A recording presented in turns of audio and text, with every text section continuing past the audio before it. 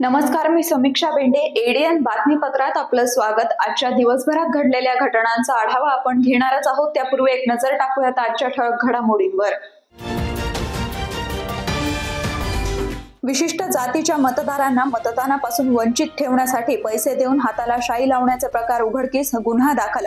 राजकीय नेत्यांचे आरोप, खंडन आणि प्रत्यारोप. प्रशांत बंब यांच्याकरवी प्राणघातक हल्ला केल्याचा उमेदवार सुरेश सोनवणेंचा आरोप. गंगापूर खुलताबाद मतदारसंघात अपक्ष उमेदवार सोनवणे यांच्यावर झालेल्या हल्ल्यानंतर राजकारण तापलं. आता पाहूयात सविस्तर बातम्या. मतदान कार्ड व आधार कार्ड जबरदस्तीनं ताब्यात घेऊन मतदान करण्यास मज्जाव करणाऱ्या दोघांना जवाहरनगर पोलिसांनी FST पथकाच्या मदतीनं ताब्यात घेऊन त्यांच्यावर कारवाई पोलीस आयुक्त प्रवीण पवार यांनी पत्रकारांशी बोलताना दिली आहे. नाही, काल जी जवाहरनगर पोलीस स्टेशनला आपण जो काही गुन्हा दाखल केलेला आहे, ज्याच्यामध्ये BNS 126(2), 171, 173, 3-5 प्रमाणे गुन्हा दाखल केलेला आहे. त्याच्यामध्ये FST पथकाचे जे प्रमुख आहेत, भरारी पथकाचे सागर गोरे यांच्या तक्रारीप्रमाणे आपण गुन्हा दाखल केलेला आहे. या संदर्भात सविस्तर माहिती अशी आहे की DCP नवनीत कवर आमचे झोन 2चे त्यांच्याकडं एक व्हिडिओ आलेला होता, ज्याच्यामध्ये 2 लोक काही पैशाच्याबद्दल बोलत होते. या अनुषंगाने व्हेरीफाय करण्याकरता FSTची टीम आणि आमचे जवाहरनगरचे सिनियर PI हे त्या ठिकाणी ताबडतोब गेले. त्या लोकांना त्यांनी ताब्यात घेतलं. त्यांच्याकडे कोणत्याही प्रकारचे पैसे किंवा कॅश ही काही मिळून आले नाही, परंतु त्यांच्याकडे चौकशी करता त्यांनी अशी सविस्तर माहिती सांगितली की दिनांक 16 रोजी अशोक वाकुडे यांनी निदम पठाण याला 2000 रुपये दिलेले होते आणि त्याच्याकडचं आधार कार्ड आणि त्याचं वोटिंग कार्ड हे त्यांनी घेतलेलं होतं, जेणेकरून त्यांनी मतदान करायला जाऊ नये. या अनुषंगाने त्यांनी कबुली दिल्यानंतर आपण त्या दोघांनाही ताब्यात घेतलेलं आहे, गुन्हा दाखल केलेला आहे, आरोपींना अटक देखील केलेली आहे आणि त्यांच्याकडे सखोल चौकशी करून त्याच्यावरील पुढील कारवाई आम्ही करत आहोत. बुधवारी 20 तारखेला राज्यात सर्वत्र विधानसभेचं मतदान होणार असून सर्वांनी निर्भयपणे जास्त संख्येनं मतदान करावं असं आवाहन पोलीस आयुक्त प्रवीण पवार आणि जिल्हाधिकारी दिलीप स्वामी यांच्या वतीनं करण्यात आलंय. आज सकाळी काही प्रसार माध्यमातून अशा बातम्या वाचायला आणि ऐकायला मिळाल्या की काल रात्री काही ठिकाणी मतदार कार्ड जप्त करून मतदान न करण्याविषयी काही तरुण कारवाई करत आहेत आणि पैसे हे करतायत. रात्री जेव्हा तक्रार प्राप्त झाली CBJLवर आणि टेलिफोनिक, त्याच्यानंतर तातडीनं आमची FST टीम आणि पोलीस विभागाचे अधिकारी यांनी तातडीनं स्पॉटवर व्हिजिट करून जो जुना एक व्हिडिओ कुठेतरी व्हायरल झाला होता, त्यामध्ये चर्चा झालेली होती, त्याच्या अनुषंगानं पूर्ण चौकशी केली, तपासणी केली. तर ज्यांना 2 आरोपी त्याच्यामध्ये आहेत, एक वाकुडे आणि एक पठाण नावाचे, तर त्यांच्याकडून अशा पद्धतीचं विशिष्ट प्रवर्गाच्या मतदारांनी मतदान करू नये असा ते आग्रह करत असल्याबाबतचा प्राथमिक अंदाज असल्याकारणाने त्यांच्यावर रीतसर FIR दाखल केलेला आहे. जवाहरनगर पोलीस स्टेशनमध्ये गुन्हा क्रमांक 378/2024 तातडीनं त्यामध्ये गुन्हा रजिस्टर झालेला आहे आणि पोलीस योग्य ते तपास करत आहेत. प्रत्येक तक्रारीची आम्ही तातडीने दखल घेतो आहोत, परंतु त्यामध्ये काही अफवा अशा पसरत आहेत की त्या ठिकाणी पैसे होते, पैसे वाटप करत होते, काही जप्त केले, काही पैसे सोडून दिले वगैरे वगैरे काही चर्चेला उधाण आलेलं आहे.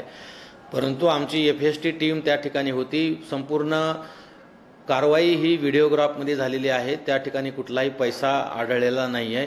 त्यामुळं पैसाच नसल्यामुळं जप्त करण्याचा किंवा सोडून देण्याचा विषयच त्या ठिकाणी येत नाही आहे.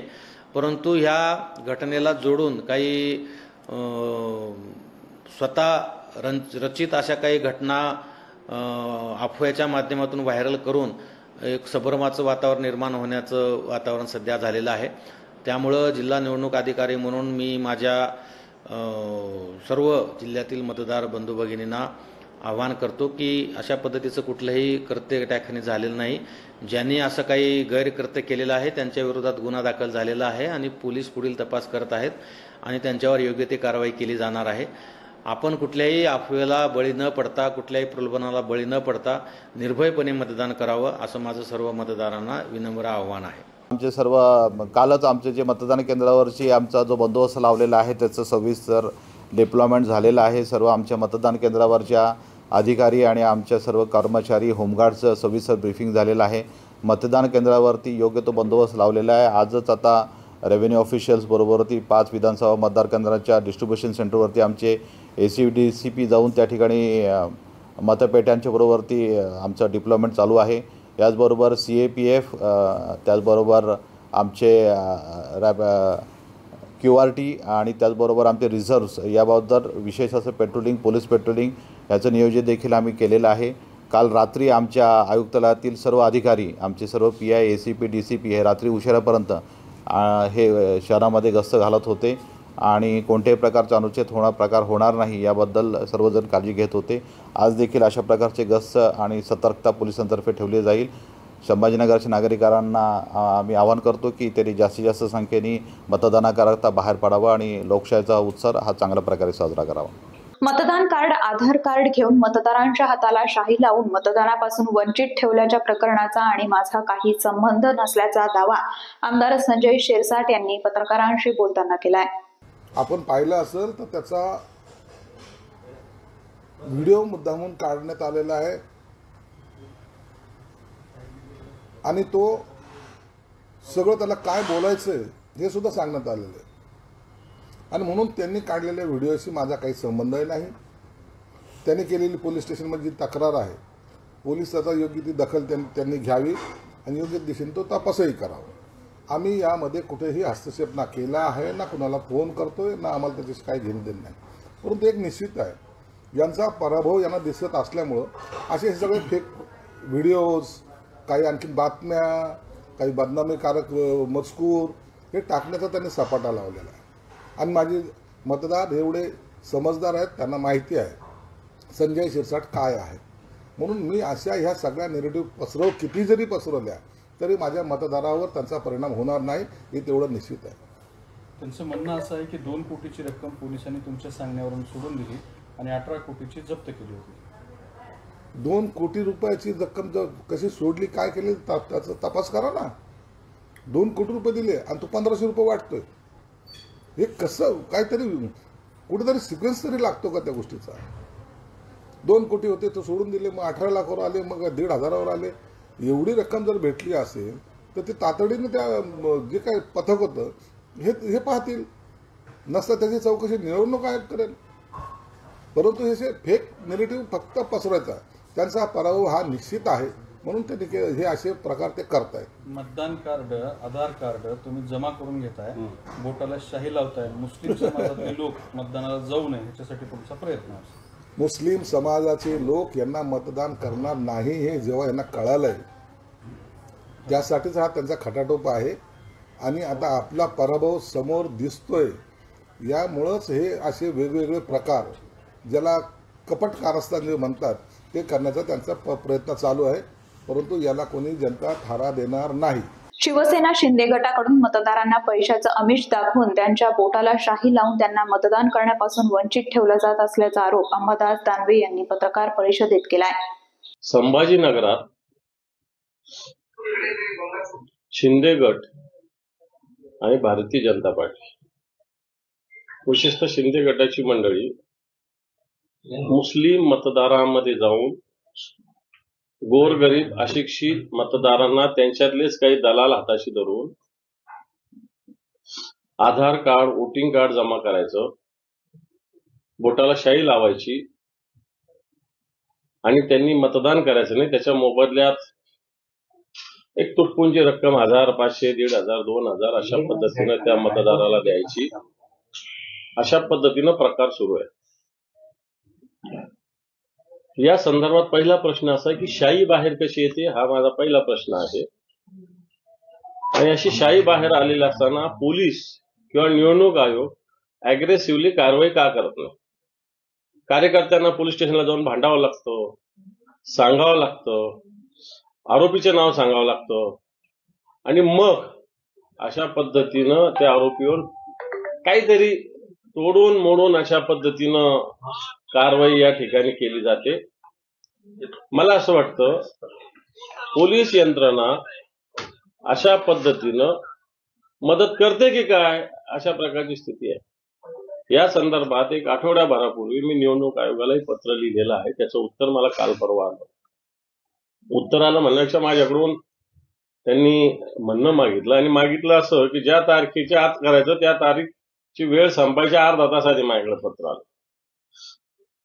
परंतु पोलीस यंत्रणा सुद्धा अशा पद्धतीनं मदत करते काय. मला तर काही कार्यकर्ते सांगतात पोलीस यंत्रणेच्या देखरेखीखाली काम चालू आहे.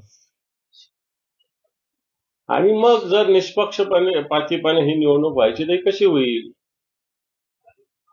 या संभाजीनगरातले पोलीस आयुक्त निष्पक्ष आहेत का हा माझा सवाल आहे. मी या संदर्भात डीजी साहेबांकडे रीतसर तोंडी तक्रार केलेली आहे. ते पोलीस आयुक्त एका मतदारसंघात स्पेसिफिकपणे एका उमेदवाराला मदत होईल असं काम करतायत. काही आमचे शिवसेनेचे आमचे उद्धव बाळासाहेब ठाकरे पक्षाचे काही कार्यकर्त्यावर तडीपारीच्या नोटीस काढलेल्या आहेत, ज्यांच्यावर मागच्या 5 वर्षात 7 वर्षात कोणतेही गुन्हे नाही. शिंदे गटाचे असे काही कार्यकर्ते ज्याच्यावर 10 केसेस आहे, आत्ताच्या आहे, मागच्या करंट काही अशा तशा नाही आहे. गुंडागर्दीच्या आहे, जागा हडप करण्याच्या आहे, अशा केसेस आहेत. त्याला कोणी तडीपारी नाही करत. आणि आमच्या पक्षाचं काम करणाऱ्या प्रमुख पदाधिकाऱ्याला तडीपारी करतं. हे मी माननीय पोलीस आयुक्तांच्या नजरेत सुद्धा आणून दिलेलं आहे. स्पेसिफिक या संभाजीनगर पश्चिम मतदारसंघात हे चालू आहे. मला असं वाटतं निवडणूक आयोग महाराष्ट्राचं आणि देशाचं याची निश्चित दखल घेईल. अन्यथा कायद्याचा भंगच करायचा असेल तर मग समोरच्याने कायद्याचा भंग केला तर मला असं वाटतं त्याला कोणी थांबवू शकणार नाही. परंतु ही निवडणूक सुरळीत व्हावी, लोकशाही मार्गाने व्हावी अशी आमची पूर्णपणे इच्छा आहे. अजूनही काही बातम्यांचा आढावा आपल्याला घ्यायचा आहे, मात्र वेळ झाली आहे छोट्याशा ब्रेकची. कुठेही जाऊ नका, पाहत रहा ADN. बॉस बिगेस्ट ओला सीजन सेल. खरीदिए ओला एस पूरी रेंज पर मूव OS फीचर्स, 8 साल की battery warranty, hyper charging credit और चुनिंदा कार्ड पर 25,000 तक की छूट पाएं. टॉल सर्विस के साथ 1 दिन की सर्विस गारंटी या एक अतिरिक्त S1 पाएं. जल्दी करें, सीमित अवधि का ऑफर.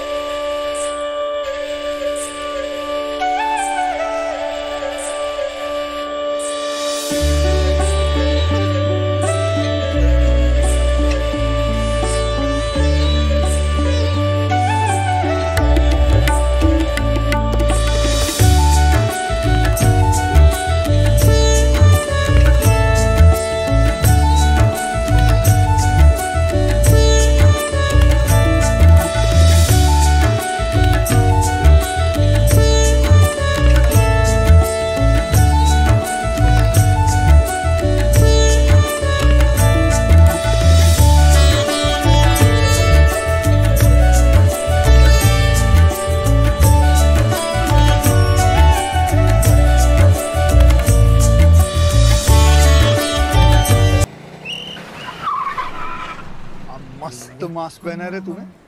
Thank you sir. वो जान बचाने के लिए पहनना पड़ता है ना सर. रेडीमेड है या टेलर मेड है? ऑनलाइन ऑर्डर किया है सर. एक और है ना सर. देना. बहुत मस्त लगे आपको. ये ना सर. सर ना भाई, जान बचाने के लिए बाइक चलाते वक्त सिर्फ खोपड़े पे मास्क पहनेगा तो खोपड़े को कौन बचाएगा. समझ गया सर. हेलमेट ऑनलाइन ऑर्डर कर, वरना हमेशा के लिए ऑफलाइन हो सकता है. Okay sir. ये ले. चल हम ये भी ऑनलाइन भर दे. हेलमेट पहने, ट्रैफिक नियमों का पालन करे, जिंदगी के सफर को सुरक्षित रखे.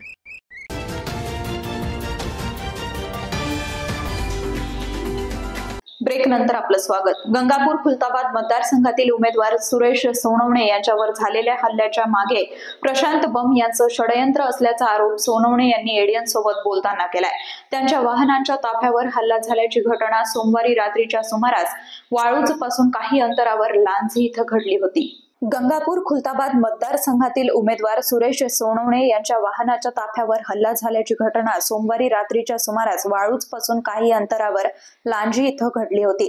या घटनेत सोनवणे यांच्यासह 4 जण जखमी झाले होते। त्यांच्यावर वाळूज परिसरातील एका खासगी रुग्णालयात औषधोपचार करून मंगळवारी त्यांनी रुग्णालयातून सुट्टी घेत पुन्हा मतदारसंघात काम सुरू केलं। ही घटना गंगापूर तालुक्यातील धामोरी बुद्रुक शिवारात लाजी इथं घडली असून त्यांच्या वाहनावर दगडफेक झाली होती। सदर प्रकरणी वाळूज पोलीस ठाण्यात सोनवणे यांच्या चालकानं तक्रार दिल्यानंतर गुन्हा दाखल करण्यात आला असून या घटनेची माहिती वाऱ्यासारखी जिल्हाभरात पसरली आहे। एकेकाळी आमदार प्रशांत बंब यांचे सोबत घनिष्ठ संबंध असलेले सुरेश सोनवणे यांनी बंब यांच्या विरोधात विधानसभा निवडणूक रिंगणात उमेदवारी दाखल केली। त्यानंतर बंब यांच्या माध्यमातून षडयंत्र रचून प्राणघातक हल्ला करण्यात आला असल्याचा आरोप सोनवणे यांनी एडियनसोबत बोलताना केलाय। जेव्हा मी धामोरीला शेळके यांच्या घरी, माझा मित्र शेळके योगेश शेळके हा एक मराठा समाजाचा कार्यकर्ता आहे आणि त्याचे काका जे माझे चांगले आरोग्य अधिकारी होते, ते पूर्ण जिल्ह्याचे मेन बॉस आरोग्य विभागाचे, ते माझे मित्र आहेत। मी त्यांच्या वडील वारलेले होते, 10व्याचा कार्यक्रम होता आणि मला ते प्रचारात माझ्या कामाने आले म्हणून काल प्रचार संपल्यानंतर म्हटलं एक दिवस तरी ते कॉल फिरवतील आणि आपल्या प्रचाराला ते मदत करतील म्हणून मी त्यांच्याकडे गेलो। आमची चर्चा झाली, निघालो। पुढील 2 गावं करता करता म्हटलं लांजीचा माझा मित्र होता सातपुते, त्यालाही सोडू आणि त्या मार्गाने येऊ। मला 2-3 जणांनी थांबवलं, मला वाटलं थांबलंय आणि मग गाडीवरती दगडफेक झाली। ही नीच दर्जाची त्या ठिकाणी ही घटना आहे। सर, नेमकं त्या ठिकाणी तुम्ही गावोगाव प्रचार करताय, नेमकं कोणाकडून शक असेल तुम्हाला? पक्षाचे कार्यकर्ते त्या पक्षाचे असतील, कोणाच तरी असतील ना ते? काय माहिती का, या माणसाच्या पायाखालची जमीन सरकली। प्रशांत बंबच्या जमीन सरकल्यामुळे त्यांनी काय केलं की आता कुठे ना कुठे एक वेगळा मार्ग काढायचा। आता हे गावागावात पैसे वाढतायत। माझ्यावरती अटॅक करण्यामागे मला वाटतं षडयंत्र यायचं की मला कुठेतरी गावातून दूर ठेवायचं, माझे सगळे कार्यकर्ते बाहेर काढायचे। आज तुम्ही बघता हॉस्पिटलच्या बाहेर एवढी गर्दी झाली, मी लोकांना सांगतोय माझ्या कार्यकर्ते तुम्ही घरी राहा, यांचा उद्देश साध्य होऊ देऊ नका, कारण यांना गावात आपण नको आहे। आपण जेव्हा सत्य बोलतोय ते त्यांना टोचतंय म्हणून हल्ला करून शब्द दाबण्याचा प्रयत्न आहे। आपण जर पाहिलं आपण महाराष्ट्रात भाजपकडून जर पाहिलं तर अनिल देशमुख यांनी सुद्धा, माजी गृहमंत्री, त्यांनी सुद्धा आरोप केला भाजपवर, तुम्ही सुद्धा भाजपवर आरोप करताय, हिंगोली सुद्धा अशीच घटना घडली। सर, मला आरोप करण्यापेक्षा मला एक कळतं की नीतिमत्ता संपली आहे आणि नीतिमत्ता संपली याची उत्तर त्यांना भेटणार आहेत। आता जनताच्या दरबारात आम्ही गेलेलो आहेत। मला देव करो की लवकरात लवकर इथून डिस्चार्ज मिळून मला मतदारसंघात जायला भेटायला पाहिजे बस। पोलिसांकडून काय मागणी? पोलिसांकडून सर्व मागणी आहे, जो FIR दाखल केलाय 307 दाखल करा। हा खुनाचा प्रयत्न आहे, हा काही सरळ सरळ संपवण्याचा प्रयत्न आहे। एखादा जर त्या ठिकाणी काही करता काही लागला, जास्त झाला असता तर 2 ठिकाणी मार येत, अजून मेंदूला मार लागला असता तर ते राजकारण तिथं संपलंच होतं। पोलिसांकडे तक्रारीमध्ये कोणाचं नाव सांगितलं? मी एवढा नीच दर्जाचा नाही की कोणाचं नाव घेऊ शकेल। नाव घ्यायला माझ्याकडे काहीतरी माहिती, पोलिसांनी तपास करावा ही माझी विनंती आहे। माझी लढाई कोणासोबत चालू आहे ते सगळ्यांना माहिती आहे, त्याच्यामुळे सूत्रधार कोण ते कशाला सांगायची गरज नाही। तर आदर्श पाटोदा गावचे सरपंच भास्कर पेरे पाटील यांनी सोनवणे यांची रुग्णालयात जाऊन भेट घेत आस्थेवाईकपणे चौकशी केली। त्यानंतर त्यांनी एडियन सोबत बोलताना सदर घटनेबाबत तीव्र शब्दात नाराजी व्यक्त केली आहे। आपल्याकडे पण आता मतदानाची प्रक्रिया जी आहे ती पूर्वीसारखी राहत चाललेली नाही, बिघडलेली आहे। खूप काय बोलणं माझ्यासारख्याने गरज नाही, मी काय खूप मोठा माणूस आहे असं नाही, पण एक गोष्ट खरी आहे की हे बिघडत चाललेलं आहे। मी एका शब्दात सांगन, मतदार राजाला लोकशाहीचा खून होतोय, अभी नाही तो कभी नाही। त्याने विचार करायला पाहिजे मतदार राजाने की आपण कोणत्या दिशेला चाललं आपलं राजकारण। म्हणजे आता गरीब आणि सर्वसाधारण माणसांनी फॉर्मच भरू नये असा याचा अर्थ होतो। म्हणून समाजाने, राज्यातल्या लोकांनी, गंगापूर खुलताबाद तालुक्यातल्या मतदारांनी चांगले डोळे उघडा, नीट बघा हे काय चाललं म्हणून, त्यांच्या हातात हे काय। आणि ही जी ताकद येते अशा लोकाला ती मतदारामुळे येते। की बार बार आम्ही तोच विचार करतो आणि त्याच लोकांना निवडून देतो, म्हणून हे त्यांचं बळ वाढतं.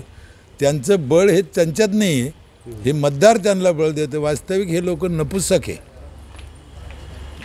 दुसरी गोष्ट महत्त्वाची ही आहे की माजी गृहमंत्री अनिल देशमुख यांच्यासुद्धा नाही, प्रश्न माजी गृहमंत्र्याचा किंवा कोणाचा नाही आहे. इंदिरा गांधीचा पण खून झाला होता, महात्मा गांधीचा पण झाला होता, तो प्रश्न येत नाही.